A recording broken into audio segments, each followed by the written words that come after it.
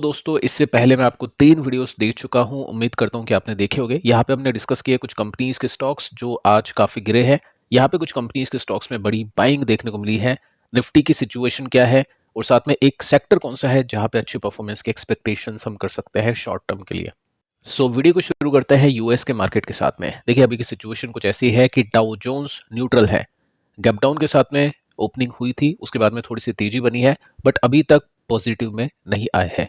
Nasdaq को भी देख लेते हैं तो इसमें डाउ जोन्स से ज़्यादा गिरावट है। 122 पॉइंट्स के साथ में 0.68% का डिप है। गैप डाउन के साथ में खुलते हैं और यहाँ पे भी कोई तेजी नहीं बन रही है। तो ठीक है, चलो गिरावट है, बट इतनी कुछ खास बड़ी गिरावट नहीं है जिससे हमको डरना चाहिए। और साथ में कुछ न्यूज़ को देखें तो ठीक है, यूएस के मार्केट ओपन होते हैं लो पे और साथ में नंबर्स आ रहे वहाँ पे कंपनीज के, जैसे अपनी भी कंपनीज के नंबर्स आ रहे। बस यही कुछ है, ज़्यादा कुछ बड़ी बात वहाँ पे नहीं है। दोस्तों, अब नंबर्स को देखते हैं। आज के दिन भी कुछ कंपनीज है जिनके क्वार्टर 4 के रिजल्ट्स अनाउंस हो चुके हैं। कल के दिन काफ़ी इंटरेस्टिंग कंपनीज होगी जिनके नंबर्स आने वाले हैं। पिछले वीडियो में हमने बातचीत की है, ठीक है। तो वीडियोस अगर आपने देखे नहीं तो देख लेना। देखो, कोफोर्स को देखते हैं सबसे पहले, क्योंकि यहाँ पे काफ़ी बड़ी होल्डिंग्स होती है इन्वेस्टर्स की। कुछ फंड्स भी है जिनकी टॉप होल्डिंग्स है इसके अंदर। तो कोफोर्स को देखते हैं। 3527 करोड़ का रेवेन्यू एक्सपेक्टेड है और 282 करोड़ का प्रॉफिट एक्सपेक्टेड है। तो 282 करोड़ के प्रॉफिट की एक्सपेक्टेशन है। अब यहाँ पे देखिए, स्टैंड अलोन कंसोलिडेट कुछ भी मेंशन नहीं है, तो कंसोलिडेट की ही एक्सपेक्टेशंस यहाँ पे होगी। तो देख सकते हैं यहाँ पे 3527 करोड़ की सेल्स जो कि 3410 करोड़ की आई है। तो हम बोल सकते हैं एक्सपेक्टेशन से ये वीक है। और 282 करोड़ के प्रॉफिट की एक्सपेक्टेशन थी और यहाँ पे प्रॉफिट आप देख सकते हैं 307 करोड़ के हैं। लेकिन मुझको लग रहा है कि यहाँ पे कुछ ना कुछ मिस्टेक हुई है, क्योंकि बाकी जो वेबसाइट्स हैं उसके अंदर 307 करोड़ का प्रॉफिट नहीं है, काफ़ी कम प्रॉफिट है, जो मैं आपको बताना चाहूँगा आगे चल के। और यहाँ पर आप नोट करोगे तो ठीक है, कंपनी की जो अदर इनकम है वो इंक्रीज कर चुकी है पिछले साल किसी क्वार्टर के मुकाबले। पिछले साल किसी क्वार्टर में 14 करोड़ की इनकम थी, जो कि बढ़ के 333 करोड़ की हो चुकी है, ठीक है। आगे चल के देखते हैं। तो यहाँ पे देखिए दोस्तों, इस वेबसाइट के अंदर आपको देखने को मिलेगा कि प्रॉफिट 300 करोड़ का नहीं है, प्रॉफिट है 260 करोड़ का या 261 करोड़ का। तो 261 करोड़ का कंपनी का प्रॉफिट है और 282 करोड़ की एक्सपेक्टेशन थी। तो हम बोल सकते हैं कंपनी के रिजल्ट इतने अच्छे नहीं है, रिजल्ट एक्सपेक्टेशन से नीचे है। साथ में आप नोट कर सकते हैं कि रिजल्ट आउट हुए हैं आफ्टर मार्केट क्लोजिंग शाम को 5 बजे के आसपास। और इसमें डिविडेंड की बात करें तो 19 रुपीज़ पर शेयर के डिविडेंड का भी यहाँ पे डिक्लेयर हो चुका है, ठीक है। तो 19 रुपीज़ का इंटरिम डिविडेंड आपको मिलेगा, चौथा डिविडेंड है ये। और साथ में आप देख सकते हैं 261 करोड़ के प्रॉफिट है, 282 करोड़ से कम है, तो एक्सपेक्टेशन से वीक है। साथ में दोस्तों एक अपडेट यहाँ पे कंपनी ने दी है, जो अनाउंसमेंट हुआ था जिसके बाद में स्टॉक ने तेजी भी पकड़ी थी कि 1:5 का यहाँ पे स्प्लिट होगा। और इसकी जो डेट है वह आ चुकी है, जो कि है 4 जून, रिकॉर्ड डेट है, ठीक है। साथ में आप देखोगे तो 1:5 का यहाँ पे जो स्प्लिट है वो डिक्लेयर किया था, ठीक है। तो ये न्यूज़ है और साथ में कंपनी का डिविडेंड आप देख चुके हैं और रिजल्ट आप देख चुके हैं। साथ में दोस्तों एक और यहाँ पे कंफर्मेशन कर लेते हैं एक वेबसाइट से कि रिजल्ट सही में अच्छे या खराब है। तो इसमें आप नोट कर पाओगे 3527 करोड़ की एक्सपेक्टेशन थी, तो ये वीक है, 3409 करोड़ के आसपास। प्रॉफिट की बात करें 21% के साथ में बड़ा है इस कंपनी का प्रॉफिट, 261 करोड़ का है। देखो यहाँ पे भी 261 मेंशन कर रखा है, लेकिन एक्सपेक्टेशन 282 करोड़ की थी, तो एक्सपेक्टेशन से हल्के रिजल्ट। साथ में दोस्तों आप नोट करोगे ना तो यहाँ पे एबिट मार्जिन 11.8% का है, एक्सपेक्टेशन थी 16% की। तो काफ़ी ज़्यादा एक्सपेक्टेशन यहाँ पे सेट थी इस कंपनी को लेकर, क्योंकि वैल्यूएशन भी काफ़ी ऊपर है और स्टॉक ने तमाम जो आईटी कंपनीज है सबको बीट किया है। तो इस वजह से रिजल्ट यहाँ पे थोड़े से वीक देखने को मिले हैं, एक्सपेक्टेशन क्योंकि बहुत ज़्यादा थी। साथ में दोस्तों हम देखें तो यहाँ पे कंपनी ने डील्स एक्वायर की है, अचीव की है, जो कि 1.56 बिलियन की है मार्च क्वार्टर के अंदर। और साथ में आप देखोगे तो यहाँ पे 5 और बड़ी डील्स कंपनी ने साइन की है। ये कंट्रीज के नेम्स यहाँ पे आप नोट कर सकते हैं।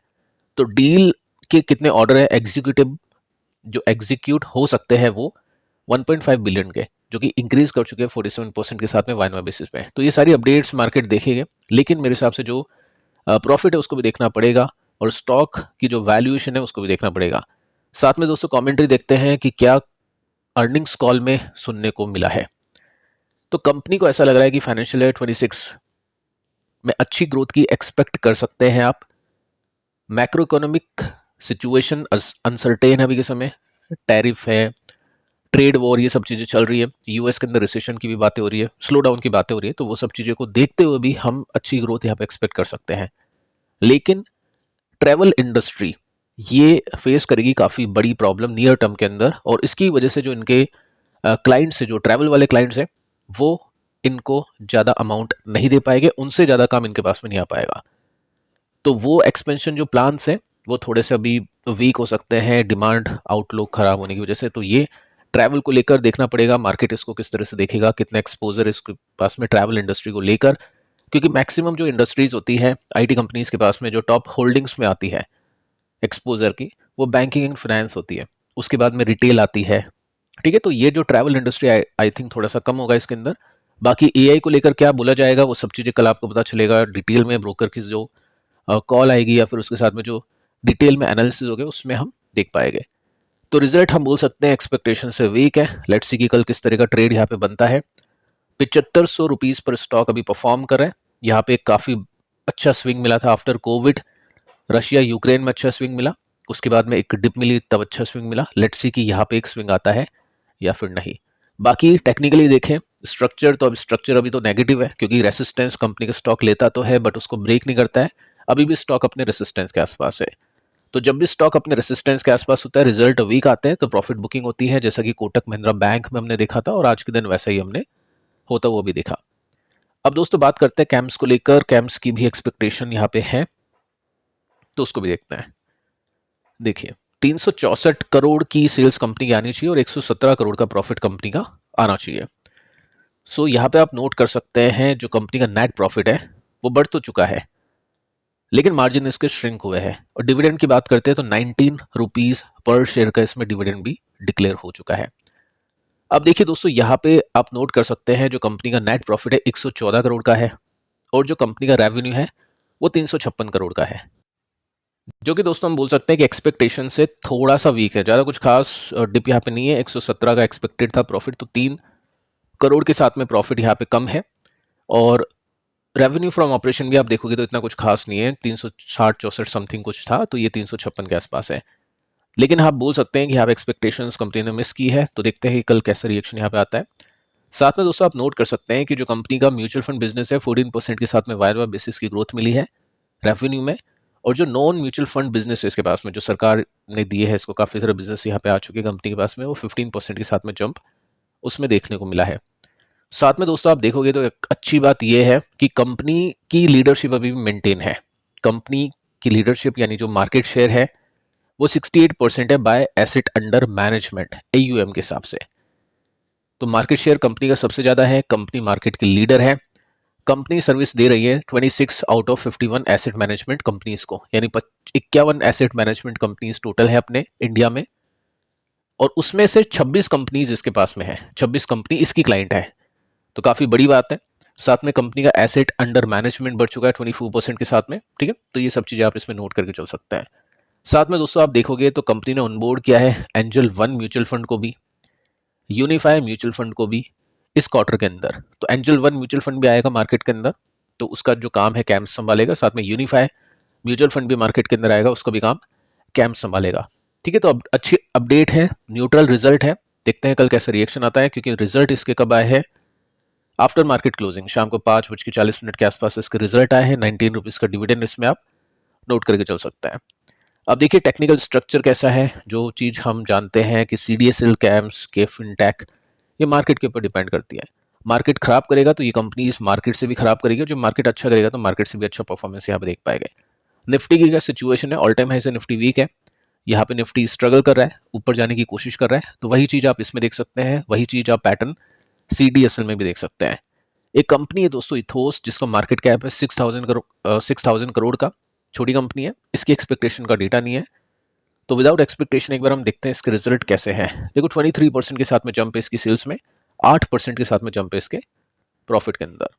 साथ में अगर आप देखोगे 6,000 करोड़ का मार्केट कैप, 62 का पी रेशो है। कंपनी क्या करती है, कंपनी वॉचेस बेचती है, जो भी लग्जरी वॉचेस होती है उसकी रिटेल कंपनी आप इसको बोल सकते हैं, उसको रिटेल में कंपनी बेचती है कमीशन के थ्रू। प्रॉफिट मार्जिन के साथ में आप बोल सकते हैं just like D mart, electronic smart India, उस हिसाब से।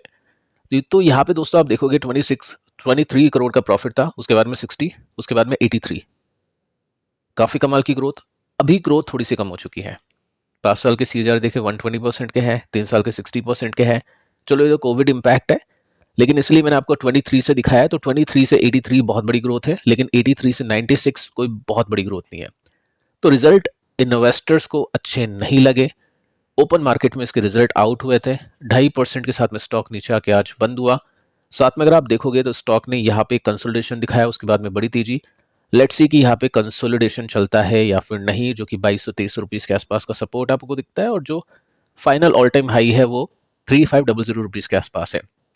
तो रिजल्ट हम बोल सकते हैं अच्छे नहीं है, क्योंकि मार्केट आज बहुत अच्छा था, प्लस में था ब्रॉडर मार्केट। और वैसे में अगर कोई कंपनी 2.5% के साथ में गिरती है तो खराब मार्केट के अंदर हो सकता है उसमें थोड़ा ज़्यादा प्रेशर देखने को मिल जाए। सो फिलहाल दोस्तों इस वीडियो में इतना ही। पिछले 3 वीडियोस आप देख लेना, ये भी काफ़ी इंपॉर्टेंट है। मिलते हैं कल किसी और वीडियो में किसी और इन्फॉर्मेशन के साथ। तब तक के लिए शुभ रात्रि।